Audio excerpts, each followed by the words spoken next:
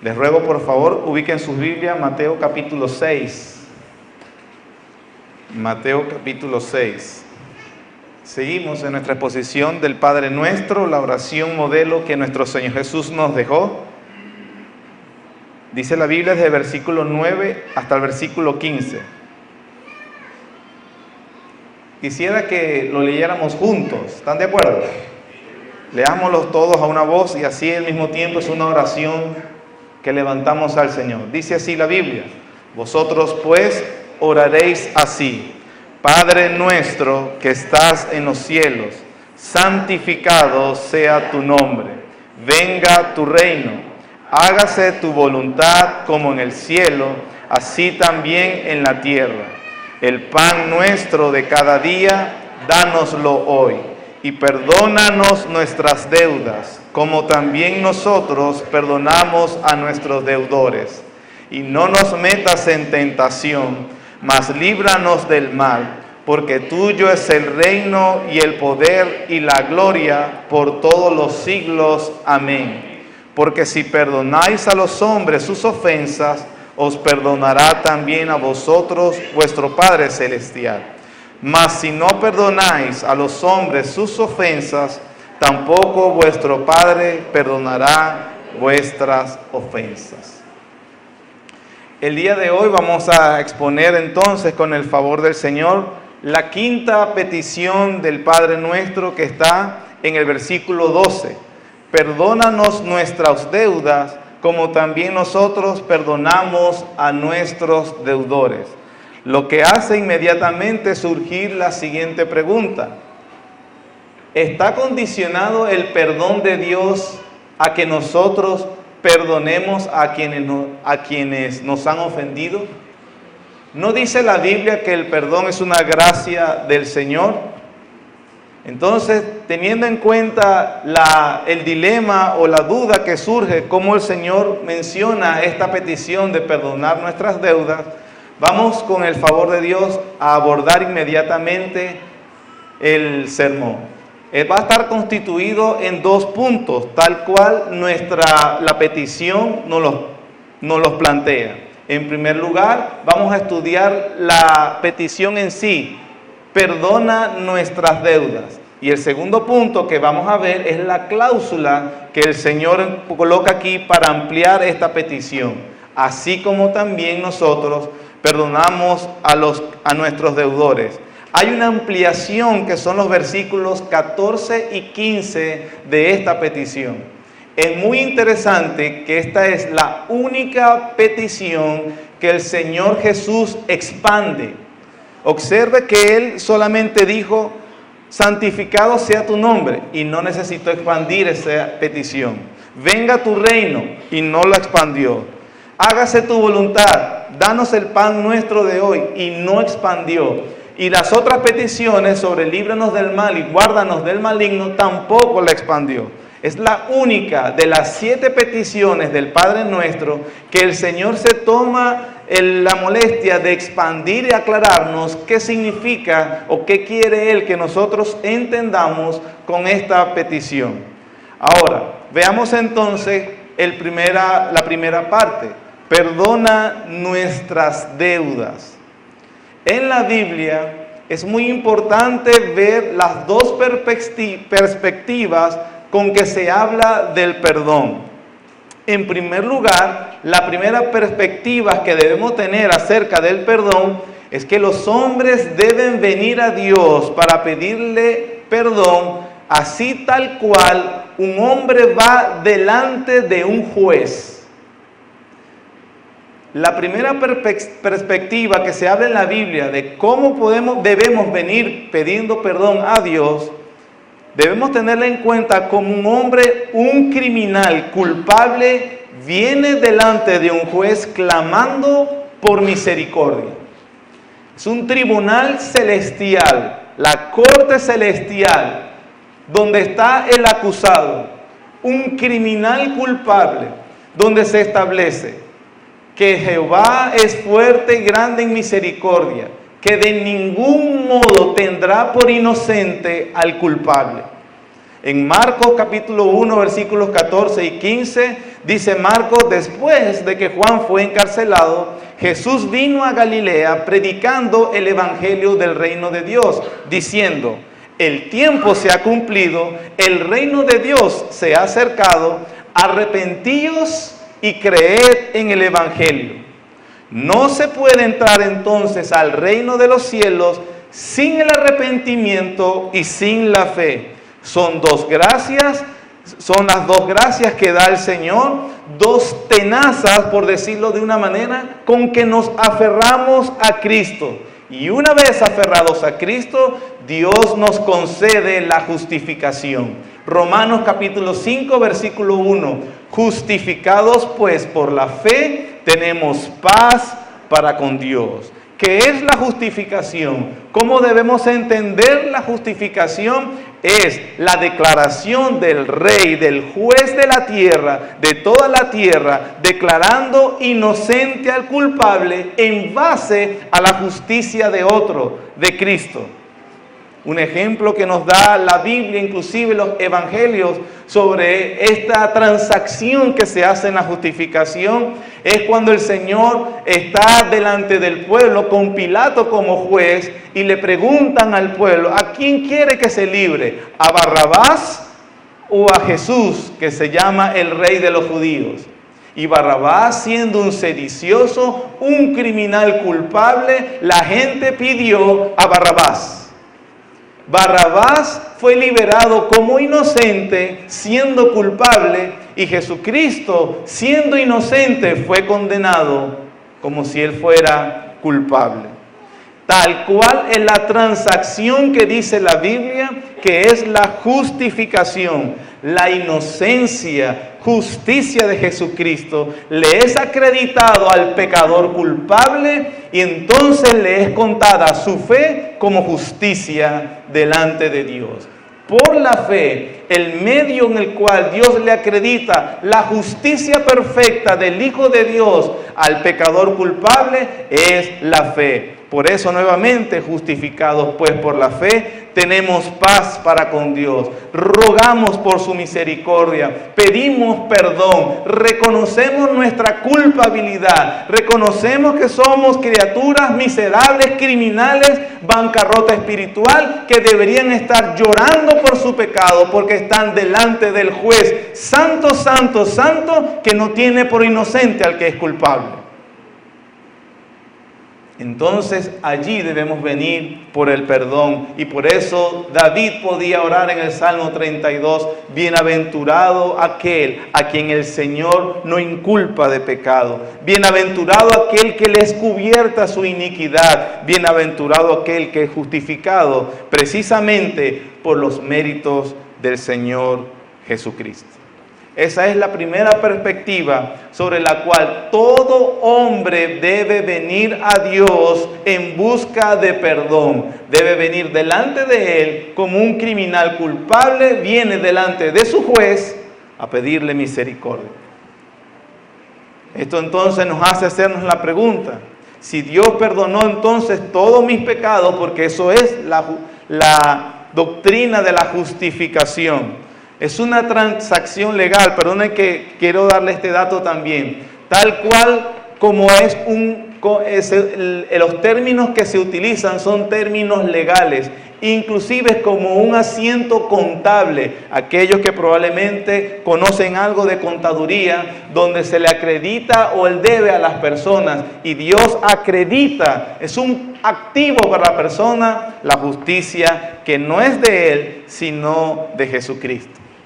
Ahora, esa es la primera manera, la primera perspectiva con la cual debemos entender lo que es el perdón de Dios.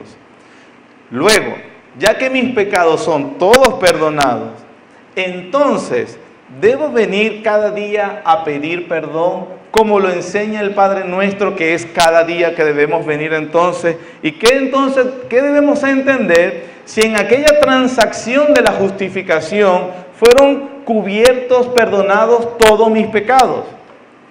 La segunda perspectiva, que es la perspectiva que está haciendo referencia al Señor Jesucristo, es que ahora los hijos de Dios vienen a Él ya no como un juez, y no vienen a Él como un criminal culpable, sino que vienen ahora como un hijo delante de su Padre.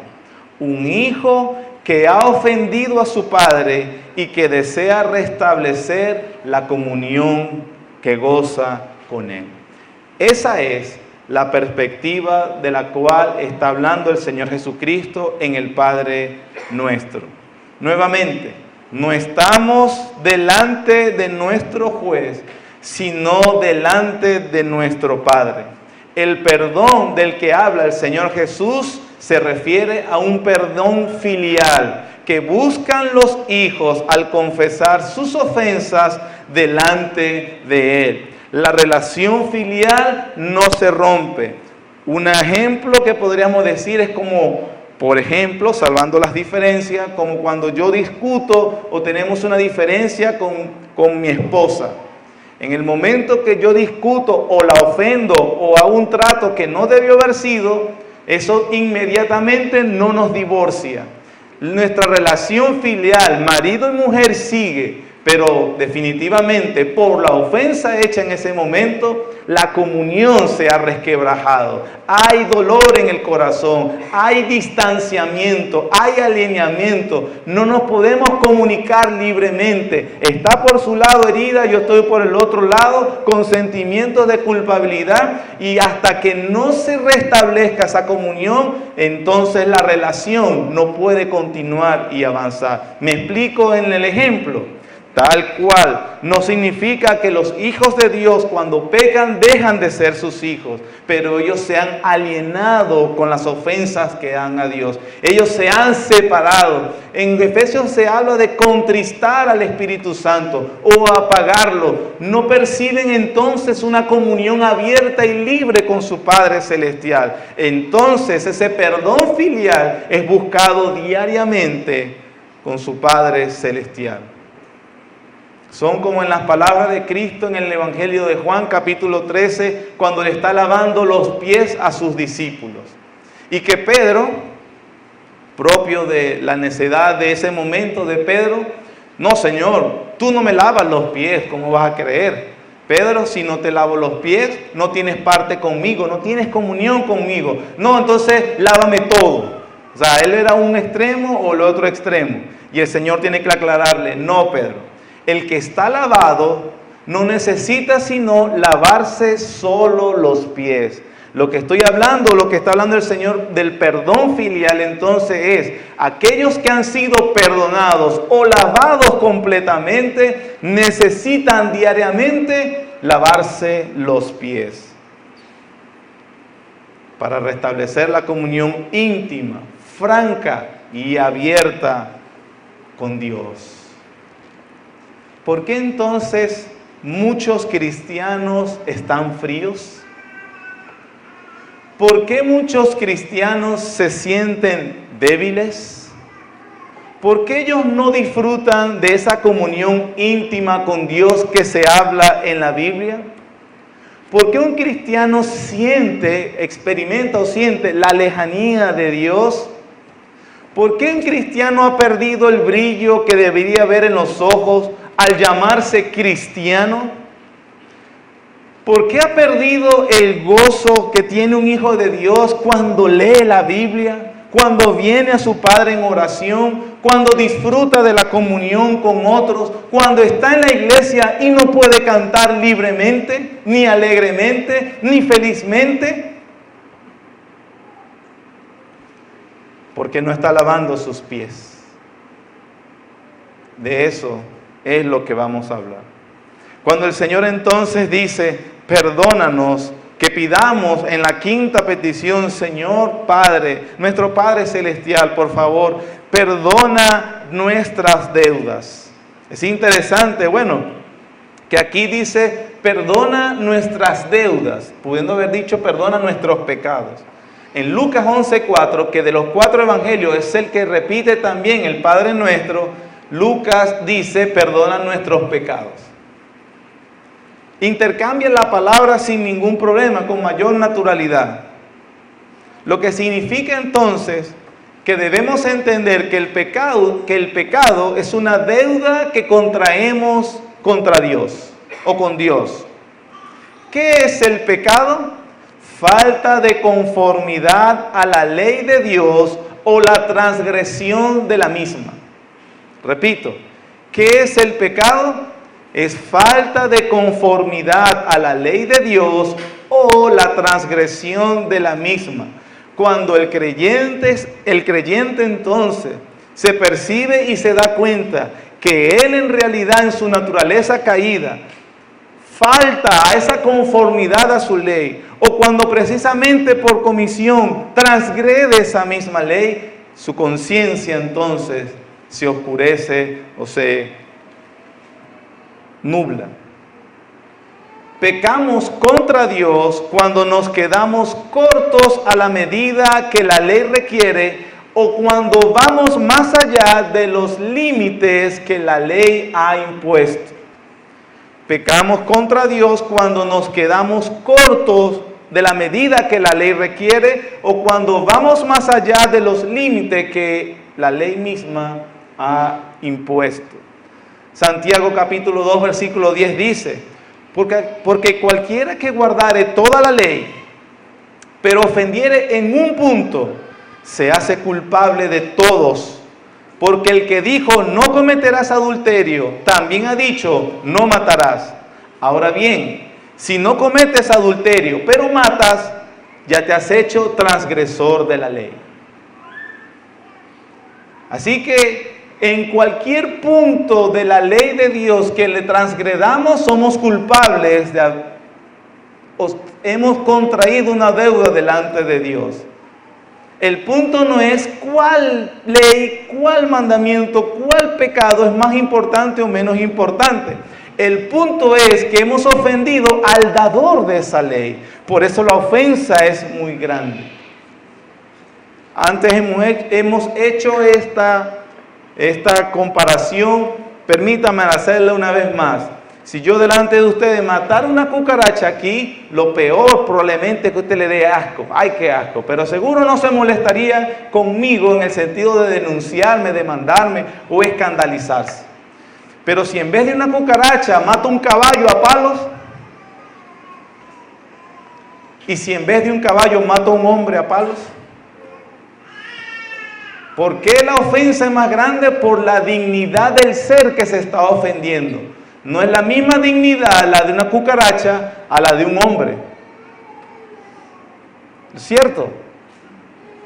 Como entonces hemos transgredido al ser eterno, perfecto y más grande, la transgresión de esa ley es del tamaño de ese ser. ¿Cómo vas a pagar tu deuda entonces? Cada vez que pecamos, incurrimos en una deuda, porque no hemos dado a Dios la obediencia que le debemos como criaturas y más como hijos.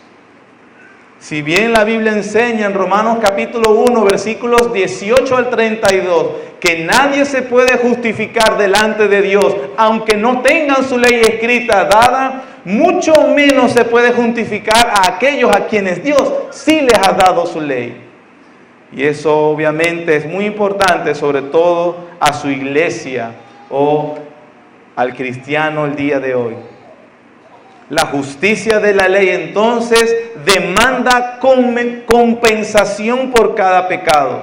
Y la Biblia dice que la compensación es la muerte. La justicia de la ley perfecta no puede ser burlada.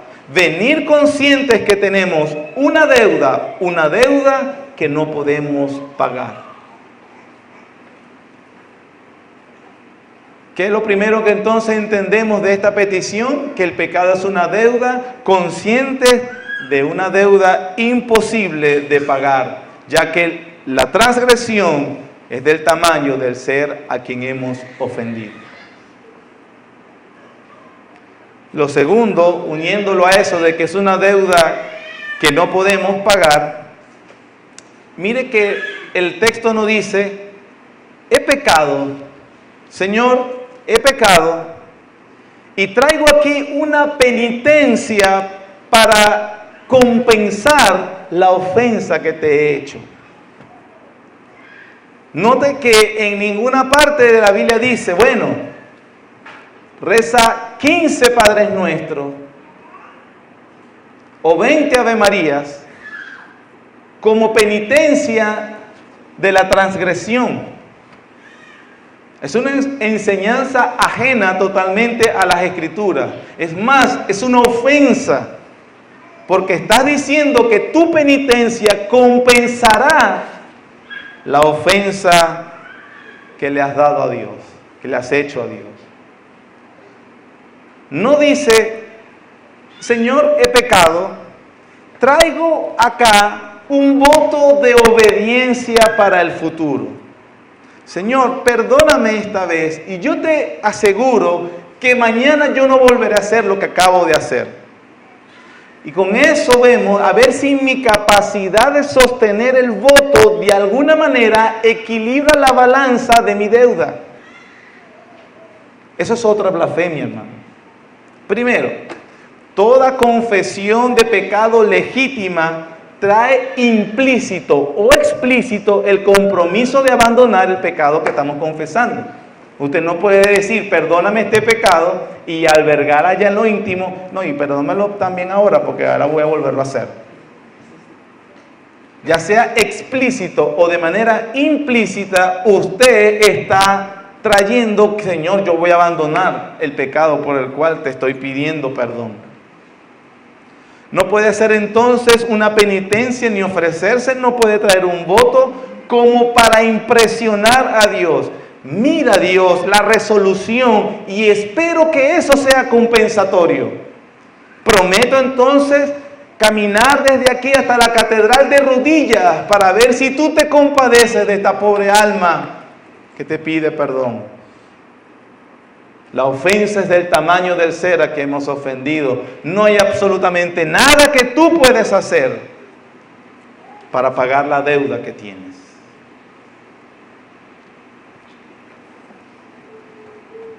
¿Cómo se puede compensar la deuda a la justicia perfecta de un Dios perfecto e infinito? Significa que la deuda es infinita también. Me adelanto, pero allí ve entonces la gloria del Salvador. Por eso Él sí es el pago de la deuda. Dios hecho carne, de su misma naturaleza, infinito y perfecto, pagando la deuda que nosotros no podíamos pagar. Entonces hemos dicho en primer lugar que esta petición nos enseña que el pecado es una deuda que contraemos contra Dios. En segundo lugar, es una deuda que reconocemos que es una deuda que nosotros no podemos pagar. En tercer lugar, esta petición, perdona nuestras deudas, también nos enseña que Dios está dispuesto e inclinado a perdonar nuestras deudas. Como lo hemos dicho antes, el Señor Jesucristo no nos enseñaría a pedir algo que el Padre no está dispuesto a dar. Y si el Señor entonces nos está enseñando a que pidamos a Dios que perdone nuestras deudas, es porque Él sabe y conoce que el Padre está inclinado a perdonar la deuda de sus hijos. Salmo 86:5, alegra el alma de tu siervo, porque a ti, oh Señor, levanto mi alma, porque tú, Señor, eres bueno y perdonador, y grande en misericordia para todos los que te invocan. Miqueas 7:18, ¿qué Dios como tú, que perdona la maldad y olvida el pecado del remanente de su heredad? No retuvo para siempre su enojo, porque se deleita en misericordia. Él volverá a tener misericordia de nosotros, sepultará nuestras iniquidades, echará en lo profundo del mar todos nuestros pecados. Cumplirá la verdad a Jacob y a Abraham la misericordia que juraste a nuestros padres desde tiempos antiguos. ¿Observó cómo Miqueas hace esa oración, hermano? ¿Cuál es la base para que Miqueas diga que Dios lo va a perdonar y sepultar sus pecados en el mar? La última frase dice: cumplirá la verdad a Jacob y a Abraham la misericordia que le juró que les daría. Porque ellos eran, o Abraham, el mediador de un pacto hacia ese pueblo. Pero ¿qué nos enseña el Nuevo Testamento? Y esto es lo glorioso del nuevo pacto. Un pacto mejor, con mejores disposiciones. Que el mediador de ese pacto, Jesús, el Hijo de Dios, perfecto, que no cambia, que no falla como Abraham, que no falla como Jacob. Él se entregó a sí mismo por el pecado de su pueblo y Dios le prometió el perdón de su pueblo por el sacrificio de Él. Entonces su pueblo puede venir hoy con confianza. Perdona nuestros pecados, Señor, en base a la obra de nuestra cabeza federal, de nuestro representante del pacto, nuestro Señor Jesús.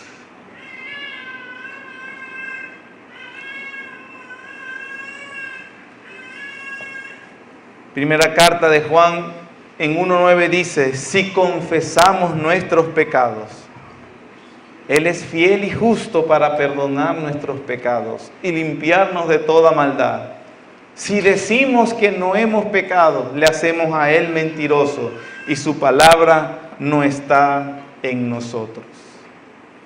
¿Por qué dice que si confesamos nuestros pecados, Él es fiel y justo? Porque Él es fiel, porque Él prometió dar el perdón en base a la obra de Jesucristo.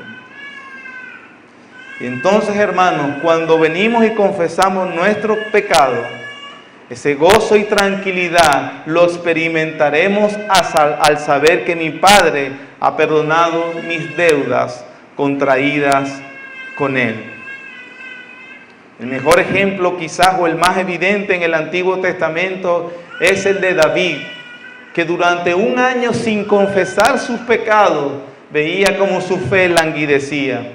En el Salmo 32 él dice: mientras callé, se envejecieron mis huesos, en mi gemir todo el día, porque de día y de noche se agravó sobre mí tu mano, se volvió mi verdor como sequedades de verano. La Biblia enseña que David, habiendo hecho pecados tan escandalosos como los que se vio involucrado con Betsabé, y después de eso tuvo un año aproximadamente sin decir nada, sin confesar los pecados a Dios.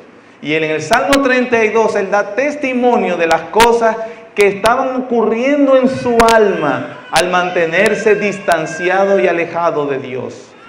Tanto así que afectó su constitución física.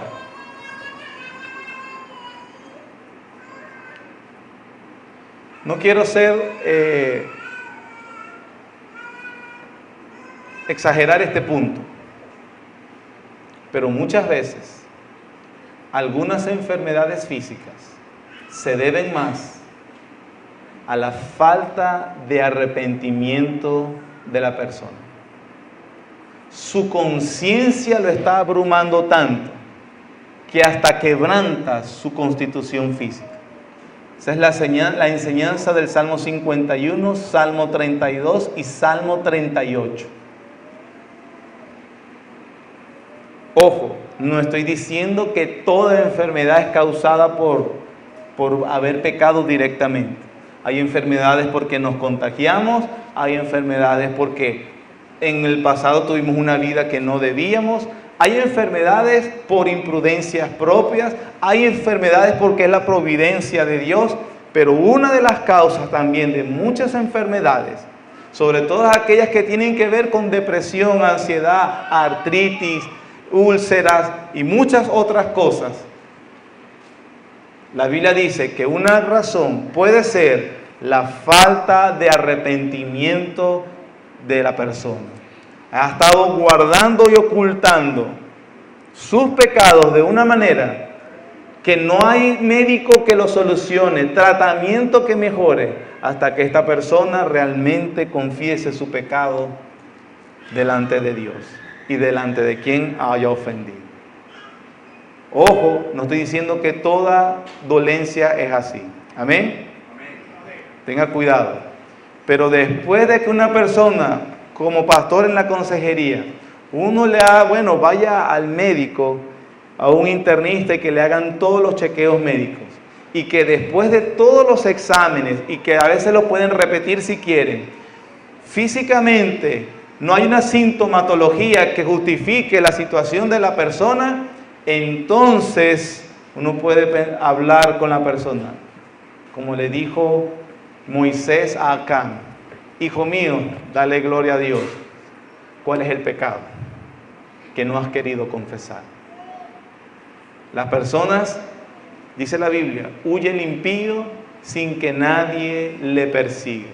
Y a veces las personas con muchas dolencias musculares, de huesos, artritis, tienen por lo general una serie de condiciones espirituales que tienen que ver con no pedir perdón. Y como viven en constante temor, los depósitos de calcio en los huesos por la adrenalina siempre a 1000 han hecho efectos contrarios en su constitución física. Tal cual la persona también que reserva mucha rabia y que obviamente no perdona. Ese es el segundo punto. Eso es una arista del cúmulo de razones por la cual una persona puede estar enferma. No estoy diciendo que siempre es así. Así que si ve a alguien enfermo, ay, mire, ¿qué pecado habrá hecho que no ha confesado? No lo haga. No sea irresponsable y mucho menos diga que yo dije eso. He estado aclarando, amén. Sin embargo, cuando el problema con David, que inclusive dañó su constitución física, en 2 Samuel 12:9, cuando Natán por fin lo increpa, le dice: ¿por qué pues tuviste en poco la palabra de Jehová, haciendo lo malo delante de sus ojos? Y es glorioso, no el pecado de David, hermano. Esa sección de las Escrituras es gloriosa, porque lo estoy trayendo porque trae a cuenta lo que estamos hablando. Cuando por un año David no confesó su pecado y al fin Natán le trae y le atraviesa la conciencia para que se arrepienta delante de Dios, David dice: he pecado. Y si usted lee el versículo 9 del versículo 12, inmediatamente Natán dice: Jehová ha remitido tu pecado. David duró un año para confesar. El día que confesó, el perdón de Dios vino inmediatamente. No duró una hora, no duró una semana, no se demoró el año de David de confesar. Pero apenas él vino a traer las cuentas, a rendir las cuentas delante de Dios, Dios le perdonó. Ese es nuestro Dios. Perdona nuestras deudas, Señor. Y en el Salmo 51, en el mismo caso, David reconoce y dice: al corazón contrito y humillado no despreciarás tú.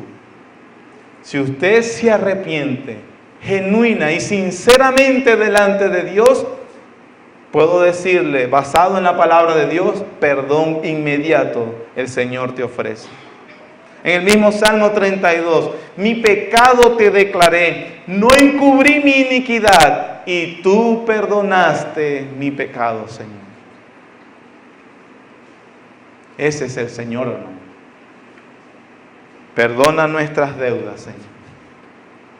La otra cosa, la cuarta cosa que nos enseña esta petición es que la confesión es necesaria para que ese perdón filial sea otorgado. La confesión es necesaria para que ese perdón filial se experimente. Dios no requiere de nosotros una promesa, Dios no requiere ningún voto y Dios no requiere ningún ofrecimiento. Pero sí nos está diciendo que requiere nuestra confesión para que ese perdón lo comencemos a experimentar. Proverbios 28:13, el que encubre su pecado no prosperará, mas el que lo confiesa y se aparta alcanzará misericordia. Aclaro, no es que la confesión es la base del perdón. No, 1000 veces no. La base del perdón es la obra de Cristo. La eficacia y la experimentación del perdón lo experimentaremos cuando haya la confesión.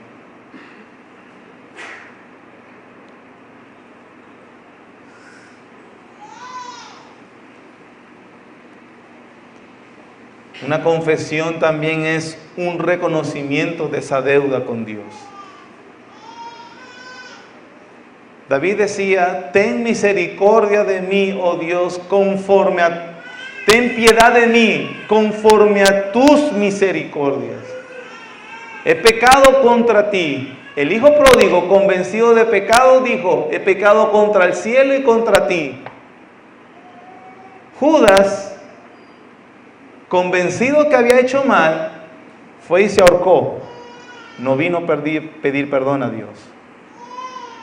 Saúl, increpado por Samuel y convencido que había hecho mal, le dijo, mira, vamos a ofrecer sacrificio confírmame como rey. Y él dijo, no, si Dios te desecha, yo también te desecho. Son personas que se hacen conscientes de su maldad, pero su respuesta no es la que Dios dice.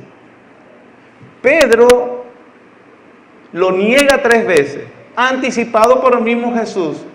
Dice la Biblia que Jesús volteó a mirar a Pedro cuando cantó el gallo. Imagínense, esa debe ser la peor mirada que una persona debe sentir. En el mismo momento que estoy negando a mi Señor, Él me está mirando. Dice que lloró amargamente, pero no se ahorcó lloró amargamente. Lo que nos hace ver cuando el Señor resucita, avísenle a Pedro que venga. Tenía perdón. Una cosa es confesar el pecado a Dios genuina y sinceramente. David no dice, bueno, Dios, perdóname, pero tú sabes, esa mujer era muy bonita. Esa mujer me estaba seduciendo, yo soy hombre y mi mujer no me está atendiendo. Yo soy un hombre joven, en plenas facultades, y esta mujer no me atiende. Yo voy no sé qué irás a hacer, mujer, pero lo que tú no me das, me dará otra. Eso no es un hombre, eso es un demonio. Igual la mujer que a veces puede decir que ella fue empujada, arrojada, provocada, descuidada. Cuando una persona comienza a justificar de esa manera su maldad, en primer lugar no se está arrepintiendo. Está justificándose. El verdadero arrepentimiento confiesa mi maldad. Señor, perdóname a mí. El verdadero arrepentido no se duele por los malos frutos del pecado. Ay, ahora que estoy tan mal, porque ahora mi mujer se va a divorciar por haber hecho lo malo. Y estoy tan preocupado y dolido porque perdí a mi familia. Por supuesto que debe ser una razón de dolor perder a tu familia y el respeto y la comunión de tus hijos. Pero eso no es el perdón que tú deberías estar buscando. El dolor principal debería ser, he contraído una deuda con Dios.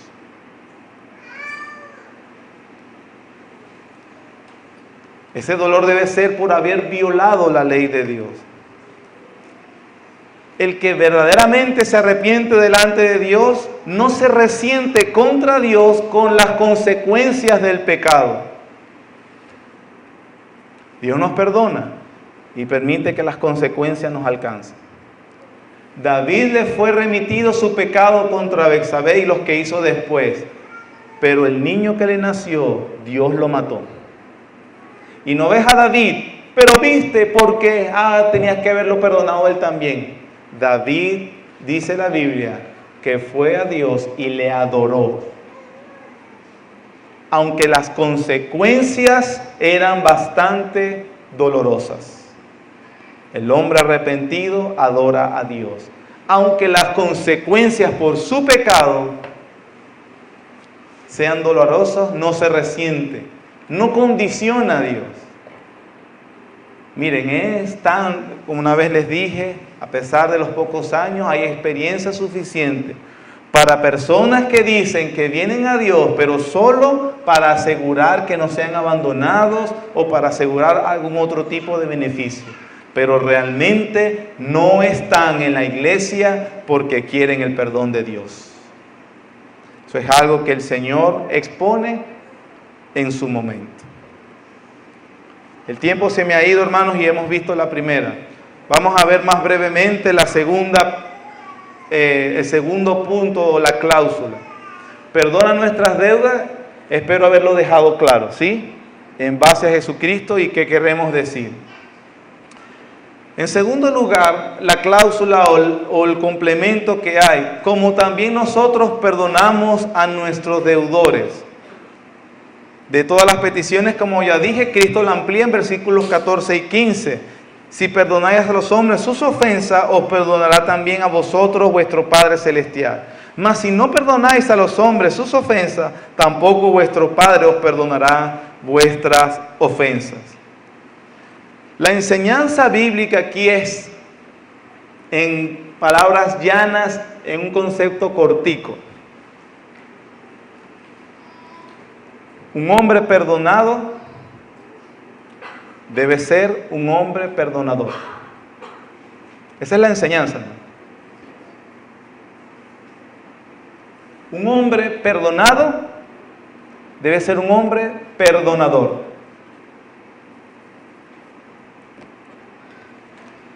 El Señor Jesús nos está diciendo acá que de una forma u otra, el perdón de Dios y el perdón nuestro están íntimamente relacionados. Para aclarar confusiones, permítame decir en qué quiero decir. Lo primero, lo que no significa. No significa que el perdón de Dios depende de nuestro perdón a otros. No significa eso. Si esa es la intención, debería decir, perdona nuestras deudas debido a que nosotros perdonamos a los que nos deben. Pero observamos que el conector no es un debido, sino así, como una comparación. Desde la caída hasta nuestros días, el perdón que Dios le ha concedido a los hombres ha sido de pura gracia. Nunca bajo el mérito que ellos pudieran tener. La gracia de Dios, ¿qué es? Son las bendiciones que Dios ha dado a un hombre de forma gratuita, soberana y no en consideración a ningún mérito inherente en los hombres. Efesios 2, 8 y 9 dice, por gracia sois salvos por medio de la fe, y esto no de vosotros, pues es don de Dios, no por obras, para que nadie se gloríe. No hay absolutamente nada que provoque en nosotros que Dios conceda su favor. Lo mismo dice Romanos 11, 5, 6. Dice, así también en este tiempo ha quedado un remanente escogido por gracia. Escucha el trabalengua, o parece un trabalengua. Y si por gracia, ya no es por obras. De otra manera, la gracia ya no es gracia. Y si por obras, ya no es por gracia. De otra manera, la obra ya no es obra. Entonces, ¿qué es lo que tenemos? O es por obra o es por gracia. La Biblia dice que es por gracia. Entonces, el perdón que el Señor me da a mí no está basado o condicionado al perdón que yo le dé a otros. Cristo dice también que vengamos a Dios y le pidamos, perdona la deuda, Señor.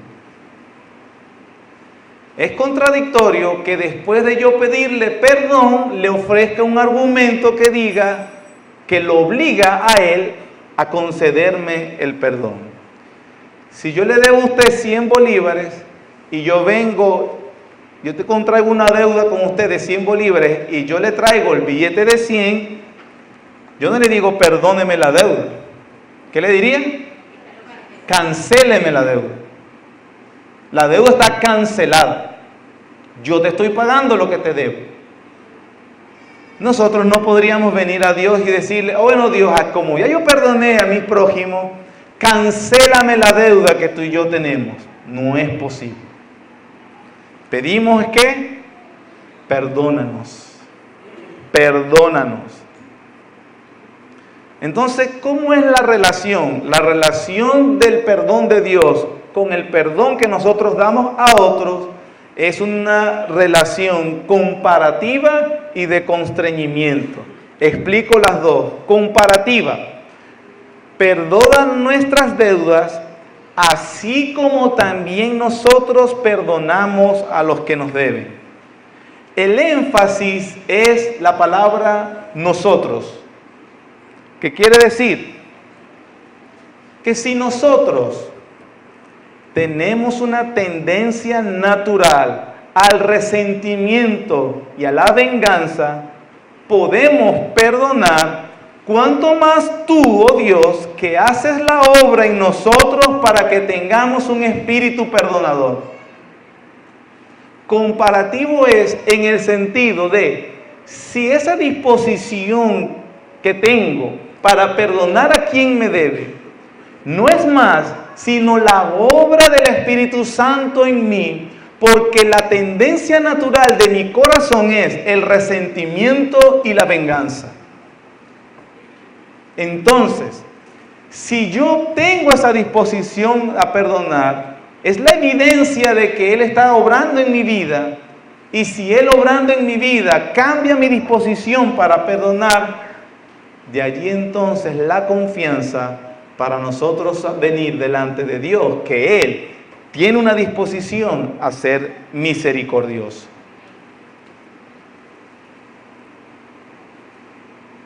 Es como si dijéramos, Señor, tú has cambiado esa disposición vengativa al que me ofende.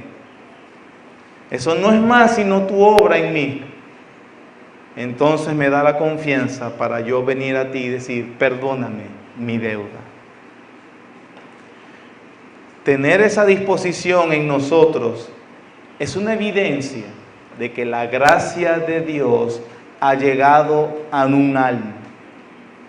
Es el mismo principio de Mateo 7:11, cuando dice que si un hijo le pide pan a un padre, y ese padre no es capaz de dar una piedra, sino que le da pan. Si un hijo le pide pescado y el papá no le da un escorpión, y él después dice, si vosotros siendo malos saben dar buenas cosas a sus hijos, ¿cuánto más vuestro Padre que es bueno le va a dar cosas buenas a sus hijos? Y es como si entonces usted siendo muy malo tiene disposición a perdonar, es porque la gracia del Señor ha llegado a esa alma transformando. Relación comparativa, relación en constreñimiento. Escúcheme bien. La comprensión del perdón divino es algo que nos constriñe, nos compele, nos mueve poderosamente a perdonar. Repito, la comprensión del perdón divino que me ha dado el Señor a mí es algo que al mismo tiempo nos constriñe, nos presiona, nos compele, nos impulsa, nos mueve poderosamente a perdonar. ¿Qué es un cristiano? Es un pecador miserable que ha entendido que está en bancarrota espiritual y ha venido ante el Rey a pedirle misericordia y perdón. Como viene así, este miserable se encuentra con la gloriosa noticia del Evangelio que Dios perdona al pecador en base a los méritos de Cristo. Que este pecador miserable entiende que Cristo le dice, el que a mí viene, no le echo fuera. Que en Cristo todas sus maldades han sido borradas, perdonadas y justificadas. El entendimiento de esa verdad lo constriñe a conceder el perdón a quien le ha ofendido. Por lo tanto, si usted dice, no puedo perdonar, usted no conoce el perdón de Dios.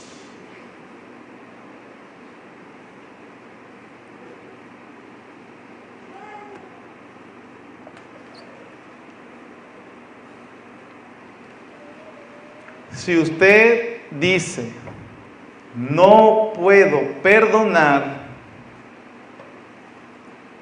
no se engaña a usted mismo. Usted no conoce el perdón de Dios.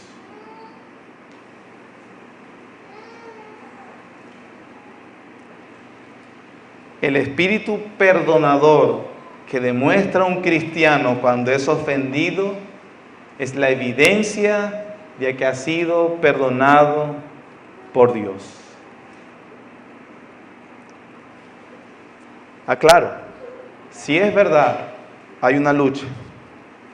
Se lucha contra la amargura, se lucha contra el resentimiento. Es una batalla en el alma, dice la Biblia, lo cual, lo puedo decir porque dice la Biblia, es evidencia de que hay vida. Tal lucha es real, pero mi amado hermano, también es real la gracia prometida por el Señor para que hagamos lo que el Señor quiere que hagamos.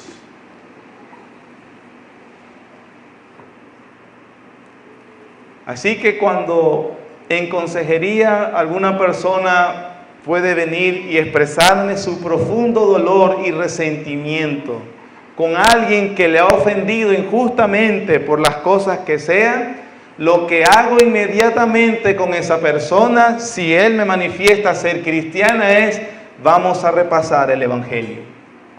Pero no es que estoy hablando de amargura y resentimiento, vamos a repasar el Evangelio.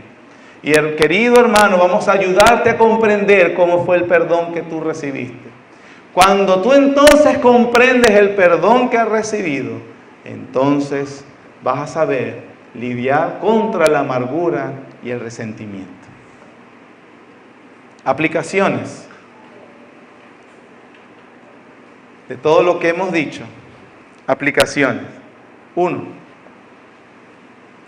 Un espíritu perdonador es una marca segura que hemos recibido el perdón de Dios.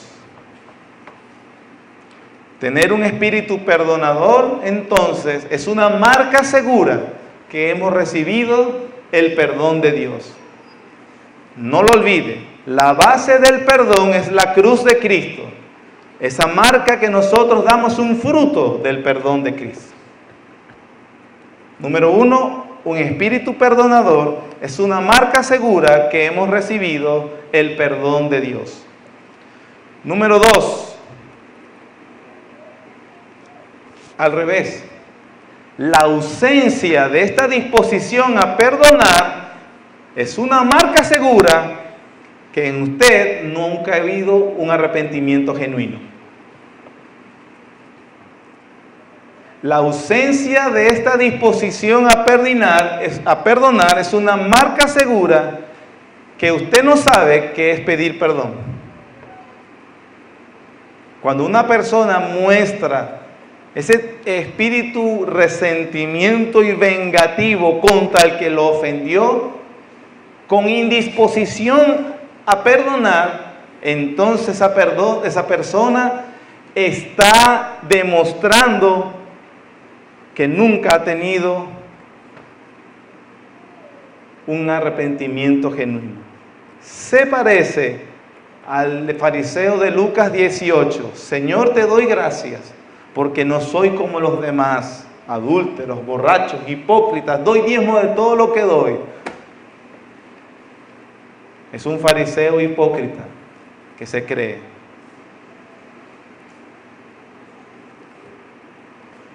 ¿Quieres una marca distintiva de cómo ser salvo? Le voy a hacer una pregunta. Y no es, ¿crees que Jesús es el Señor? Esa no es la pregunta, porque estoy seguro que de los que están acá, todos van a decir que sí. Le hago esta y respóndala en su conciencia.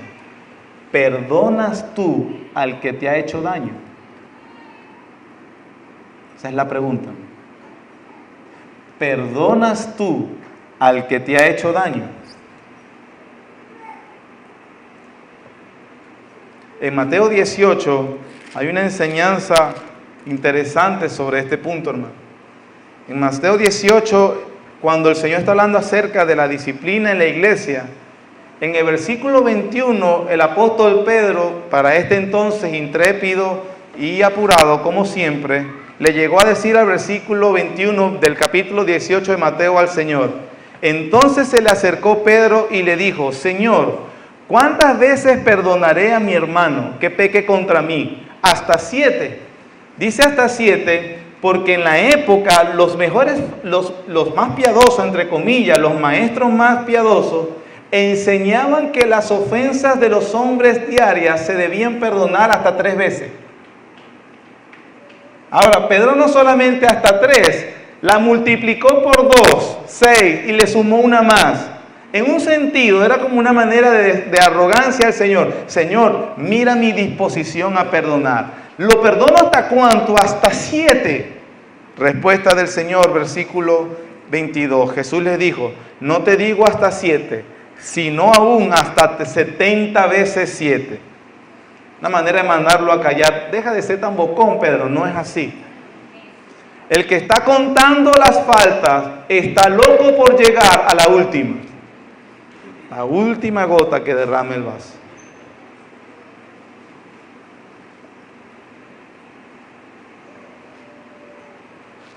Debo hacer una aclaración, bueno, más de lo último.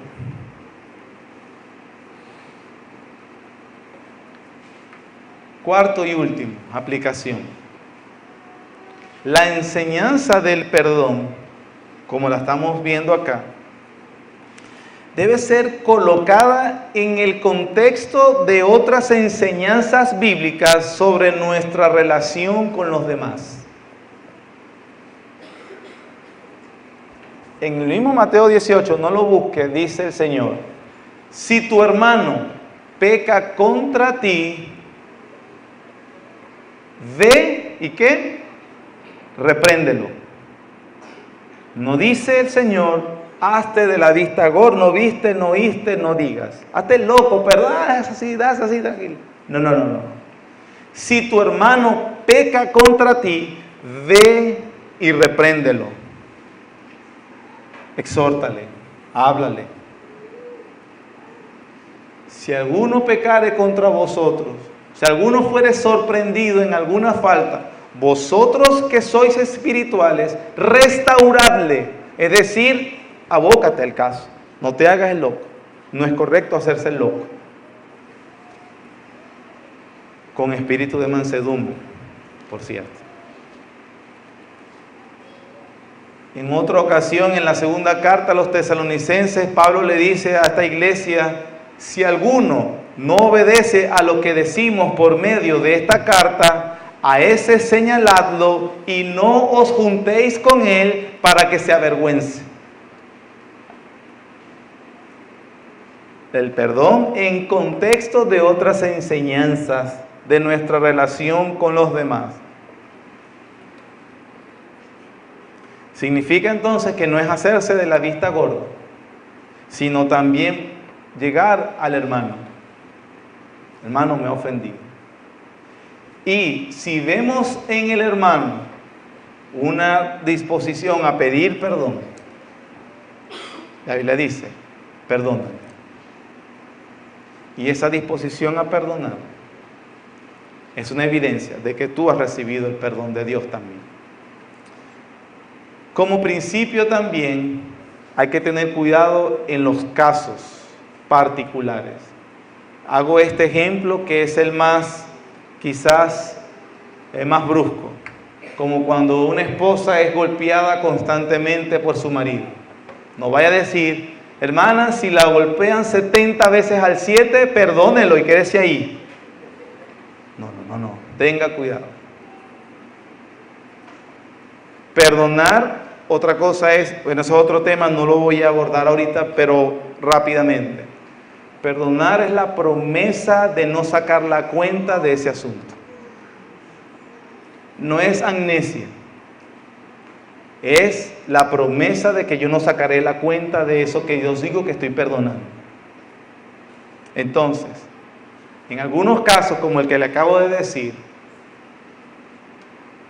no se llene de resentimiento e ira, puede ir a denunciarlo y que las autoridades se encarguen de esa persona. Trate de sacarla de la casa, no vaya a ser que en el próxima paliza la vayan a matar o vayan a matar a los hijos. A veces se tendrá, depende del caso, estoy hablando generalidades, mejor será divorciarse.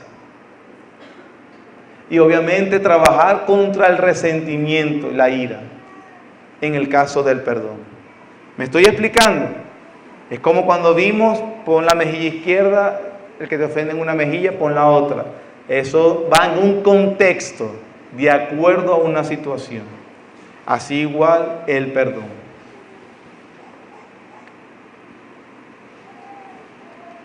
Todo esto, hermanos, nos lleva también a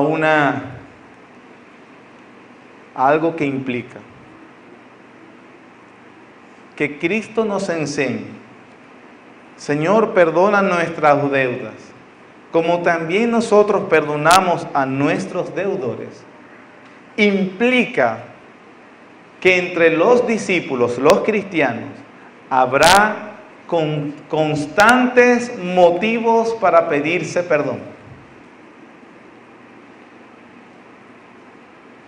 Implica que ya sea conscientes o inconscientemente nos ofenderemos mutuamente. Quiera Dios ayudarnos a que ese tipo de ofensas sean inconscientes. Sean inconscientes. Que un hermano, hermana, me tenga que llamar la atención porque lo ofendí. Y que yo, hermano, hermana, perdónenme. No fue realmente mi intención. Pero perdónenme, por favor. En las cartas a las iglesias hay muchos mandatos de Pablo: sean misericordiosos unos con otros, pacientes, soportándoos unos a otros.